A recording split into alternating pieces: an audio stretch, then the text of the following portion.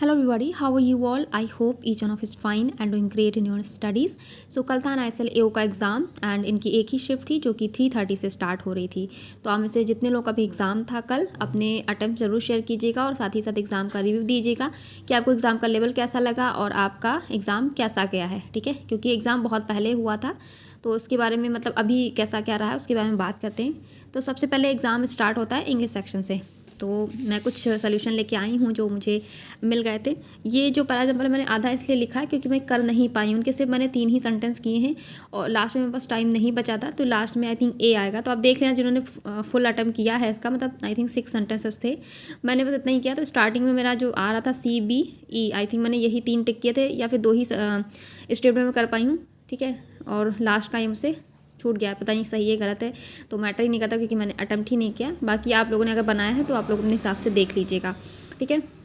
And reading comprehension थोड़ा सा मुझे कन्फ्यूजिंग लगा, ठीक है। अब इजी था मॉडरेट था मुझे नहीं पता, थोड़ा सा मुझे कन्फ्यूज़ किया, उसके क्वेश्चंस को फाइंड आउट करने में ना थोड़ा सा टाइम लग रहा था, ठीक है। तो उसके जो वर्ड मीनिंग थे, आई थिंक इसका हाई का अपोजिट पूछा था एंड यहाँ पे एक और था जिसका आंसर अलर्ट था। वर्ड मुझे एग्जैक्ट नहीं याद आ रहा है, ठीक है। तो यही दोनों आएंगे एंड ये राइट हैं। बाकी आंसर्स जो थे रीडिंग कॉम्प्रिहेंशन के कुछ मतलब 1-2 में थे, सारे ऐसे नहीं थे, डायरेक्ट आंसर्स नहीं आप वहाँ पे देखने को मिल रहे थे। तो ये सारी चीज़ें थी। बाकी डबल फिलर्स वगैरह जो क्वेश्चंस थे एरर डिटेक्शन के थे वो सारे ठीक थे। एंड एक क्वेश्चन था लैग करके, तो वो मैंने स्किप कर दिया, मैंने नहीं किया है उसे, तो वो मैं नहीं बता पाऊँगी आपको उसका आंसर, ठीक है। थोड़ा सा ये पेपर मुझसे जो भी चीज़ें रहीं तो इंग्लिश में थोड़ा सा मैं यहाँ पे तो रीडिंग कॉम्प्रिहेंशन थोड़ा सा टाइम टेकिंग लग गया एंड उस पर ये पैराजंबल था, ठीक है। तो ये था इंग्लिश सेक्शन का। एंड उसके बात करें रीजनिंग सेक्शन की। तो रीजनिंग सेक्शन में जो वर्ड बना था, काफ़ी लोग बोल रहे थे यहाँ पे 2 वर्ड बने थे, मुझे तो कहीं से भी 2 वर्ड नहीं दिख रहे थे। सॉफ्ट ही बन रहा था, एक फॉस्ट कोई वर्ड नहीं होता। हाँ, फ्रॉस्ट हो सकता था, फॉस्ट कोई वर्ड नहीं होता अकॉर्डिंग टू मी, बाकी पता नहीं, लेकिन एक ही वर्ड बना था। इसका जो आंसर पूछा गया था लेफ़्ट से थर्ड, तो F आ रहा था इसका आंसर। बाकी पेयर वाला भी एक क्वेश्चन था और पज़ल आप मैच कर लीजिएगा, देख लीजिएगा। जल्दी जल्दी मैंने अपने हाथ में ही नोट किया था ये सब। तो आई थिंक जो कॉर्नर पे बैठे थे वो इनसाइड देख रहे थे और जो मिडिल में थे वो आउटसाइड थे।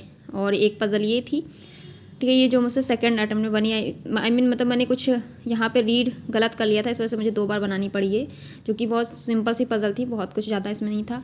और यहाँ पे ये भी डेटा आप देख लेना, ठीक है। ऐसे ही था, कुछ हाथ में लिखा था, मैंने कहा ना यहाँ पे शायद मैंने H लिख दिया था F कर, बाकी सही है, ठीक है। वो रीजनिंग सही आया था, ठीक है। बहुत ज़्यादा टफ नहीं था। यहाँ पे मुझे वर्ड्स नहीं समझ में आया तो मैंने नहीं लिखा, बट हाँ यहाँ पे K आ रहा था समथिंग करके। 6 पर्सन थे, नॉर्थ फेसिंग थे सारे। एंड हाँ, रीजनिंग में इतने था और सिलॉक्स के क्वेश्चन थे, बाकी जो मिसलेनियस क्वेश्चन थे। एंड ऐसे करके था। ब्लड रिलेशन था, वो भी बन गया था, बहुत ज़्यादा टफ नहीं था। काफ़ी लोग बोल रहे थे वो भी ट्रिकी लगा कुछ, तो आज वाला बन गया था, ठीक है। कुछ इसमें रीजनिंग तो सब ओके था। एंड बात करते हैं कॉन्ट सेक्शन की। तो कॉन्ट में 2 DI थी जो कि ईजी थी। एक DI थी जो कि जिसमें टोटल बुक्स दे रखी थी, एक में डिक्शनरी और एटलस था, टोटल दे रखी थी वैल्यू, और दूसरे में एटलस का दे रखा था, यानी कि सब्सट्रैक्ट करके आपको डिक्शनरी निकालनी थी। ABCDE ऐसे करके था, ठीक है। तो उसमें क्या हुआ, मैंने पूरा डेटा मतलब निकाला, उसके बाद उसमें कुछ कैलकुलेशन मुझसे मिस्टेक हो गई, क्या होगा, उसके आंसर्स नहीं मैच हो रहे थे और उस DI को करने में मतलब मुझे दोबारा से कैलकुलेट करना पड़ा, उसमें टाइम ज़्यादा लग गया मुझसे। ये सबसे बड़ी गलती कॉन्ट सेक्शन में ये हो गई, ठीक है। इस वजह से मेरे अटेम्प्ट कॉन्ट में ख़राब हो गए, ठीक है। तो ये मेरी ही मिस्टेक थी। और उसके बाद दूसरी DI की बात करें तो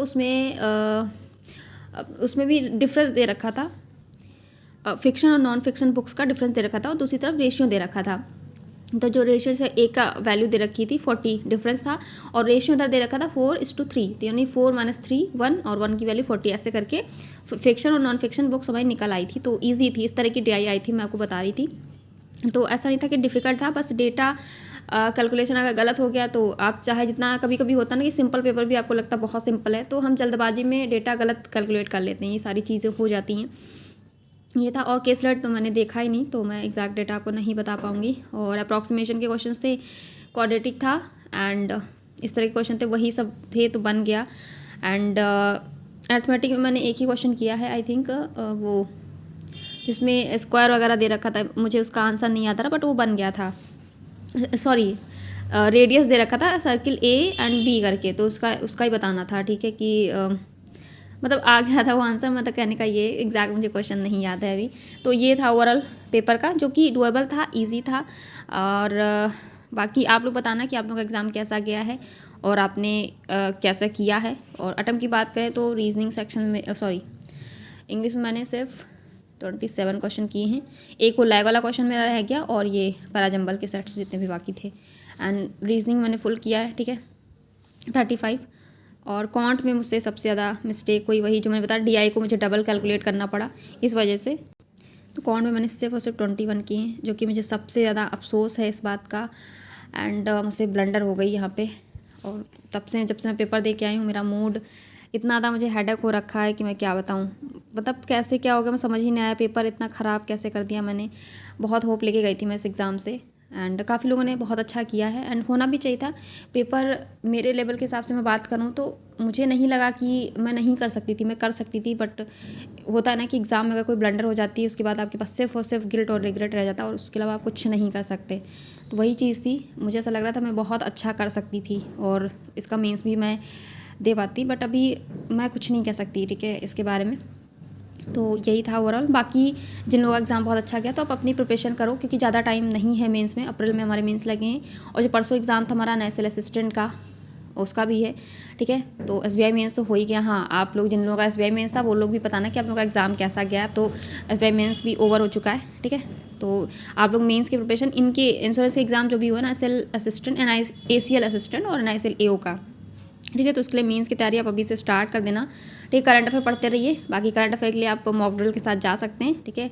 अगर आपके पास नहीं है तो ले भी सकते हैं। उसका कंटेंट मतलब उसमें जो नीचे हाईलाइट्स वाले पॉइंट्स दे रखे, मैंने आपको बताया था सब जगह होती सारी PDFs रहती है जिसमें स्मार्ट पॉइंट्स दिए हैं, वो मैंने खुद पर्सनली रीड किया तो मुझे थोड़ा सा अच्छा लगा। इस बार करंट अफेयर मतलब एग्ज़ाम में जब हम कर रहे थे तो मुझे थोड़ा अच्छा लग रहा था। वैसे तो हमें PDF हर जगह अवेलेबल रहती है, हम कहीं से भी पढ़ सकते हैं। इसमें थोड़ा सा अलग यही दिया है कि आपको जो हाईलाइट पॉइंट्स दिए हैं, स्मार्ट पॉइंट्स जैसे आप कह सकते हैं, जैसा कि नाम है उसका स्मार्ट मॉक ड्रिल, तो वैसे ही चीज़ें हैं, थोड़ा सा डिफरेंट इसीलिए है और कुछ नहीं है। तो आप चाहें तो आपको रिवीजन करने में बहुत हेल्प करेगा, ठीक है। जो इंपॉर्टेंट चीज़ें हैं, फैक्ट्स हैं, वो आपको अलग करके दे दी गई हैं, तो आपका रिवीजन भी बहुत अच्छे से हो जाएगा।